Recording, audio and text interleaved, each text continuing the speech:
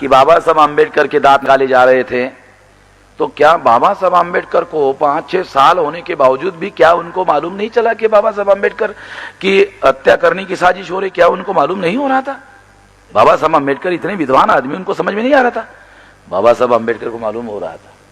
इसका दस्तावेजी एविडेंस है। और बाबा साहब आम्बेडकर साहब, शायद आपने केयरफुली ध्यान नहीं दिया होगा, हो सकता दिया भी हो, मगर आपको ध्यान बताना चाहता हूं। बाबा साहब आम्बेडकर ने एक सीक्रेट लेटर दादा साहब आम्बेडकर को लिखा, और उस सीक्रेट लेटर में लिखा, वो सीक्रेट लेटर क्यों है? क्योंकि बाबा साहब आम्बेडकर ने उसमें कहा कि जब से मैंने मेरे तबीयत को दुरुस्त करने का काम शुरू किया, तो दुरुस्त होने की बात तो छोड़ो, मेरी तबीयत दिन ब दिन लगातार डिलील हो रही है। यानी दुरुस्त करने के लिए जो मैंने कोशिश की, उसे दुरुस्त होने की छोड़ो, मेरा जो स्वास्थ्य है वो दिन ब दिन जो है वो गिर रहा है। और बाबा साहब आम्बेडकर बैरिस्टर है। बैरिस्टर का मतलब है वो क्रिमिनल केसेस के जानकार आदमी है, एक्सपर्ट आदमी है। वो कोर्ट में केसेस, उन्होंने क्रिमिनल के केसेस उन्होंने लड़े हैं, तो वो व्यक्ति क्रिमिनल बातों को भी समझते हैं। तो उन्होंने दादा साहब गायकवाड़ को लेटर लिखा, और लेटर में ये बात लिखी, और आखिरी में जो सेंटेंस लिखा वो बहुत इंपॉर्टेंट है। मैं हमारे धारवाडकर साहब को भी बताना चाहता हूँ। आखिरी सेंटर में क्या लिखा? मी जे पत्र तुम्हाला लिहिलेलं आहे, कृपया कुणालाही सांगू नका। बराबर है? तो इसका मतलब यह है कि बाबा साहब आम्बेडकर को ये आशंका हुई। इससे, इस लेटर से यह प्रमाणित होता है कि बाबा साहब आम्बेडकर के मन में यह आशंका है। यह उसका दस्तावेजी एविडेंस है। अब सवाल यह है कि बाबा साहब आम्बेडकर ने लेटर लिखा भी और उसकी चर्चा करने के लिए भी मना किया। ऐसा क्यों किया?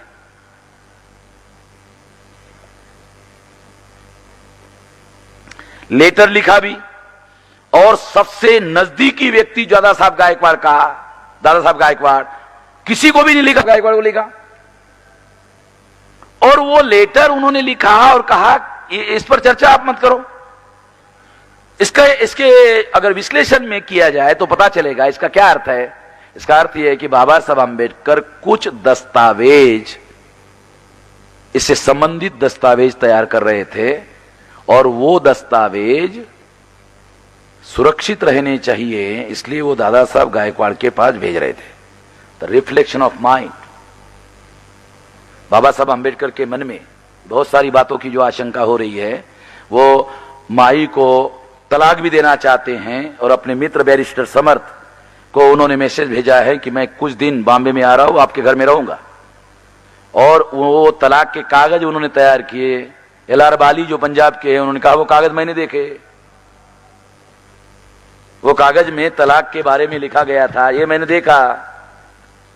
और बाबा साहब आम्बेडकर ने, वो डॉक्यूमेंट्री एविडेंस है कि बैरिस्टर समर्थ के साथ वो तलाक के मुद्दों पर चर्चा करने के लिए जाने वाले थे। और बाबा साहब आम्बेडकर बैरिस्टर थे, मगर दूसरे आदमी को वो केस देना जरूरी था, तो उनके मित्र थे बैरिस्टर समर्थ। बैरिस्टर समर्थ कायस्थ थे। बैरिस्टर समर्थ जो थे वो कायस्थ थे, ब्राह्मण नहीं थे। नाम की वजह से थोड़ा सा मतलब कंफ्यूजन होता है, मगर वो कायस्थ थे। बाबा साहब आम्बेडकर ने मूक नायक नाम का जो पेपर निकाला था, मूक नायक, हाँ, उसके बाद में उन्होंने जो बहिष्कृत भारत निकाला था, देवराव नाइक नाम का जो कायस्थ था, वो उसका संपादक, कार्यकारी संपादक थे। सहस्त्रबुद्धे जो है वो कायस्थ थे। दूसरे एक चित्रे, ये चित्रे भी कायस्थ थे।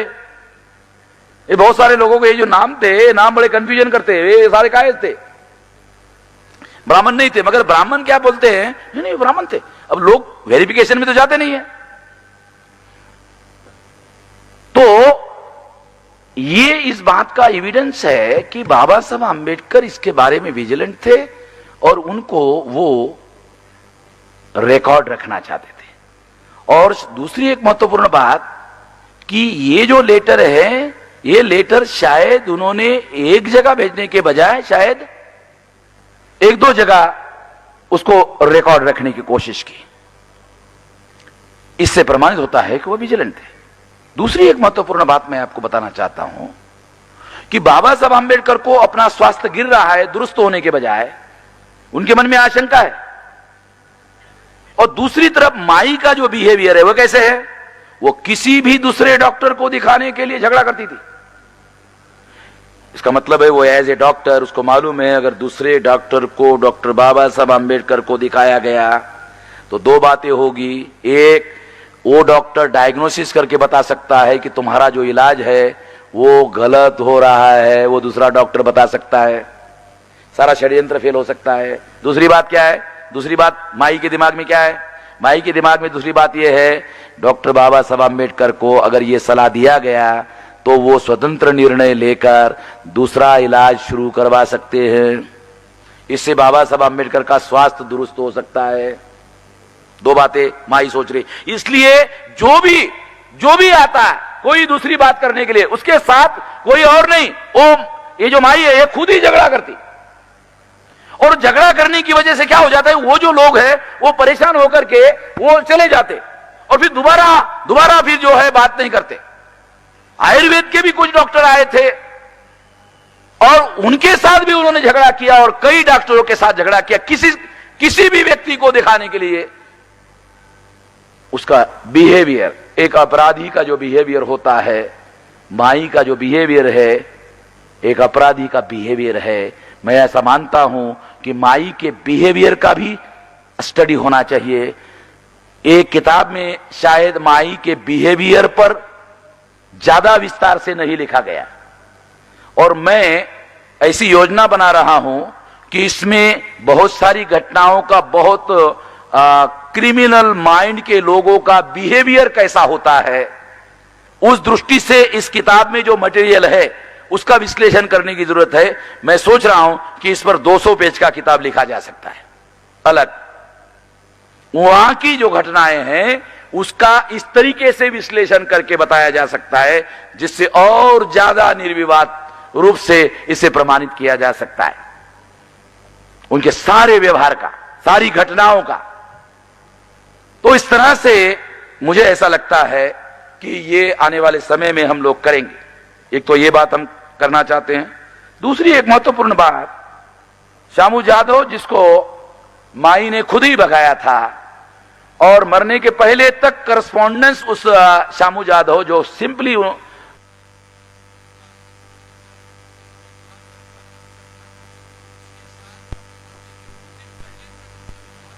रखा, क्या वजह,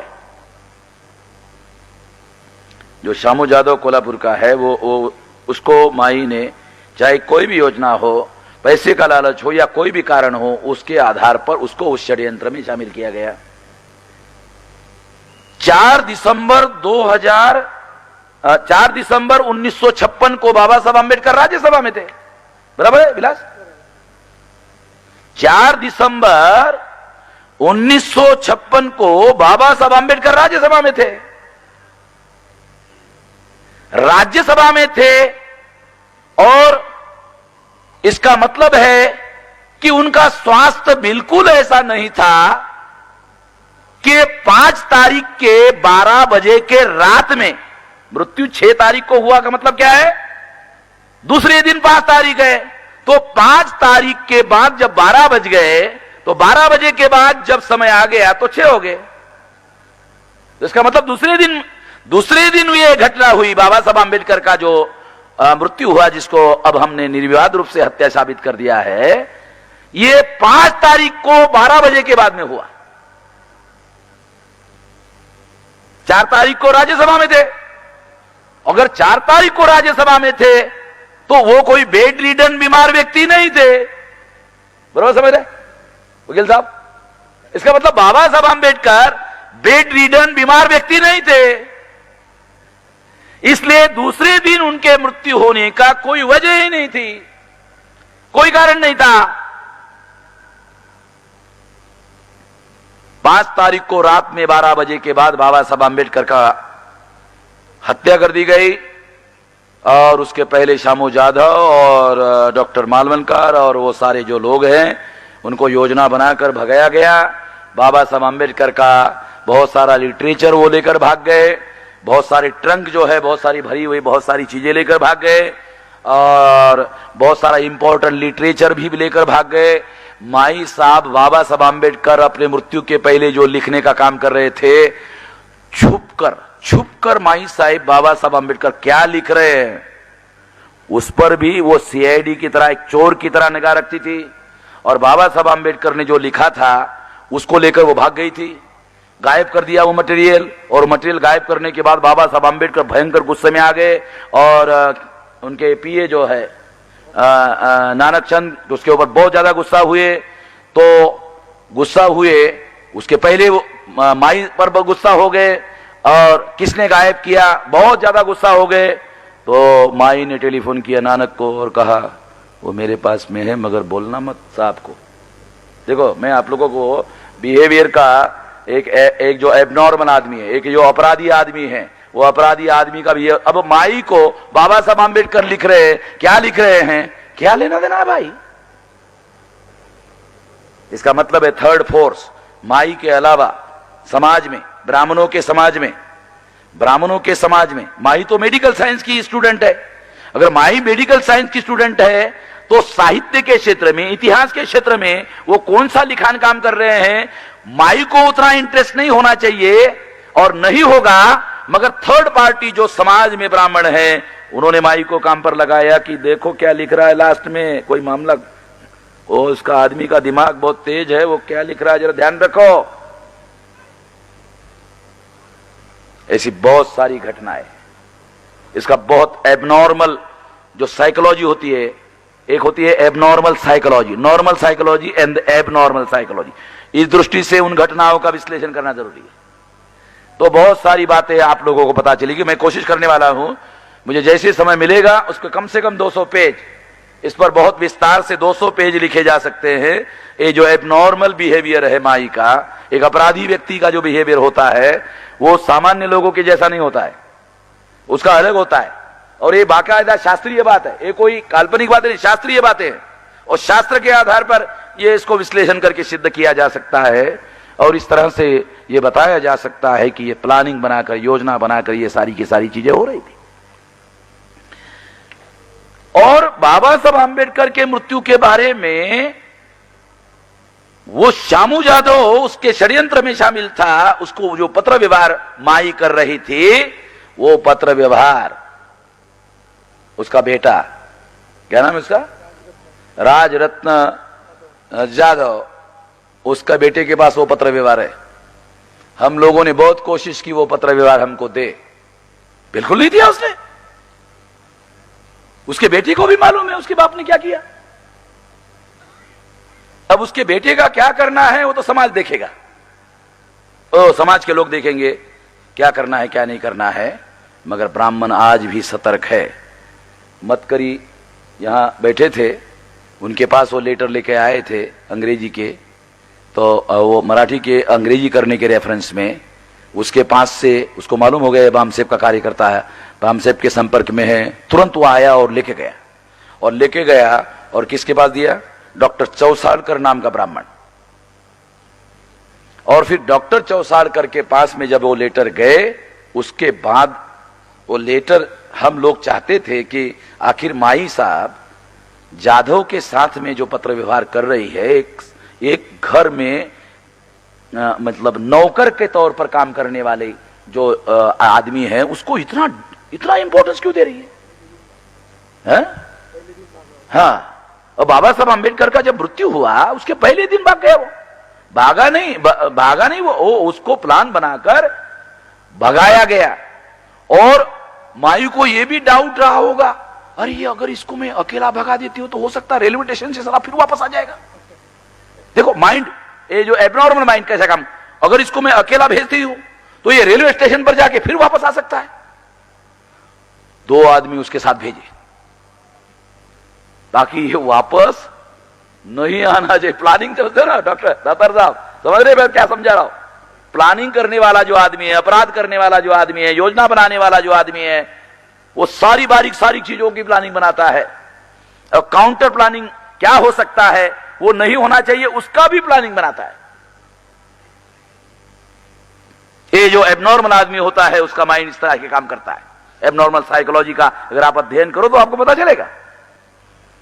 तो इस तरह से उसको साथ में लेकर उसको भगाया, अकेला जाने नहीं दिया उसको। और फिर कौन रह गए घर में? कौन रह गए? 3 आदमी, बाबा साहब अंबेडकर, माई साहब और सुदामा गंगावने। सुदामा गंगावने जहां बाबा साहब अंबेडकर रहते थे वहां रहते नहीं थे, वो आउट हाउस में रहते थे। इसका मतलब घर के अंदर 3 आदमी नहीं थे, दिखने के लिए 3 आदमी दिख रहे हैं मगर रियलिटी में 2 आदमी थे, एक बाबा साहब और दूसरा माई साहब। ये प्लान बनाकर ये सारा वहां बनाया गया, योजना बनाकर, ताकि कोई भी आदमी वहां नहीं रहना चाहिए। और ऐसी सिचुएशन में ही बाबा साहब अंबेडकर के साथ में घात किया जा सकता है और योजना को सफल किया जा सकता है। ये योजना बनाकर ये सारा का सारा काम, ये षड्यंत्र किया गया और वो सफल हो गई। और उस पर पर्दा डालने के लिए सरकार कांग्रेस की, जवाहरलाल नेहरू की और गोविंद वल्लभ पंत होम मिनिस्टर था। ये गोविंद वल्लभ पंत, पंत समझते हो? महाराष्ट्र के लोगों को समझ में आता है पंत क्या है। पंत का मतलब है ये उत्तरांचल का रहने वाला ब्राह्मण है, मगर ये ओरिजिनली उत्तरांचल का नहीं है, ये महाराष्ट्र का कोकणस्थ ब्राह्मण है। क्योंकि कोकणस्थ ब्राह्मण को ही भारत भर में, केवल कोकणस्थ ब्राह्मण को भारत भर में पंत कहते हैं और कहीं पर भी नहीं कहते। माई साहब कोकण की, ये जो कोकणस्थ ब्राह्मण ये कोकण के, और वो मालवनकर जो है वो कोकण का ब्राह्मण, श्रीपाद अमृत डांगे कोकण का ब्राह्मण, बैरिस्टर पै जो बाद में गोविंद वल्लभ पंत ने उसका पार्लियामेंट में नाम लिया, ये भी कोकण का ब्राह्मण। छत्रपति शिवाजी महाराज का हत्या करने वाले जो लोग थे वो सारे कोकण के ब्राह्मण। बराबर है? दरबार साहब आप अध्ययन करते हैं तो इसलिए आपको बता रहा हूं।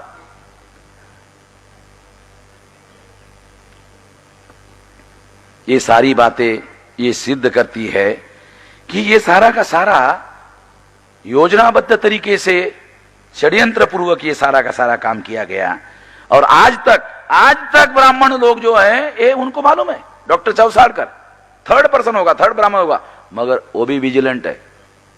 हम लोगों को वो करस्पॉन्डेंस लेटर नहीं मिलना चाहिए, इसके लिए वो विजिलेंट है। अभी भी वो अपने जाति के लोगों को बचाने के लिए कोशिश कर रहा है। अभी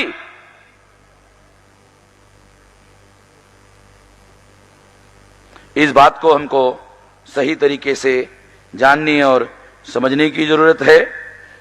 साथियों, आखिरी बात, बहुत सारी बातें आप लोगों ने पहले सुनी है। ब्राह्मणों का जो वर्चस्व है भारत में, वो मेरा ऐसा मानना है कि ब्राह्मणों का भारत में जो वर्चस्व है उसका मूल हिंसा में है।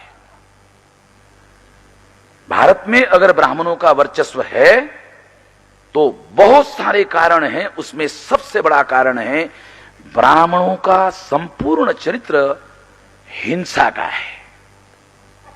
हिंसा को आधार बनाकर ब्राह्मणों में भारत के लोगों पर नियंत्रण स्थापित किया, हिंसा को हथियार बनाया ब्राह्मणों ने। ब्राह्मण का जो वैल्यू है, उनका जो शास्त्र है, उनके जो लिटरेचर है और उनका जो स्वभाव है, उनके जो और बहुत सारे क्रियाकर्म और कर्मकांड है, हर जगह हिंसा। आज भी वो बलि वाला जो मामला है उसकी हत्या आज भी करते हैं, मगर दूसरे तरीके से करते हैं, मगर करते जरूर है। काटने का एक त्योहार जो दसरा के दिन में होता है, आज भी बलि प्रतिपदा में आज भी वो दूसरे तरीके, काटने का काम आज भी करते हैं मगर दूसरे तरीके से करते हैं, मगर करते जरूर है। हाँ, अभी भी करते हैं। हिंसा ब्राह्मणों के वर्चस्व का सबसे बड़ा कारण है। अगर ब्राह्मणों का भारत में वर्चस्व है और उसका कारण अगर हिंसा है, तो मैं आपको एक बहुत गंभीर बात बताना चाहता हूं कि अहिंसा से, वर्चस्व से मुक्ति कैसे हासिल होगी। मेरे सामने तो थोड़ा संकट खड़ा हो गया। हमारे सामने एक बहुत बड़ा संकट खड़ा हो गया।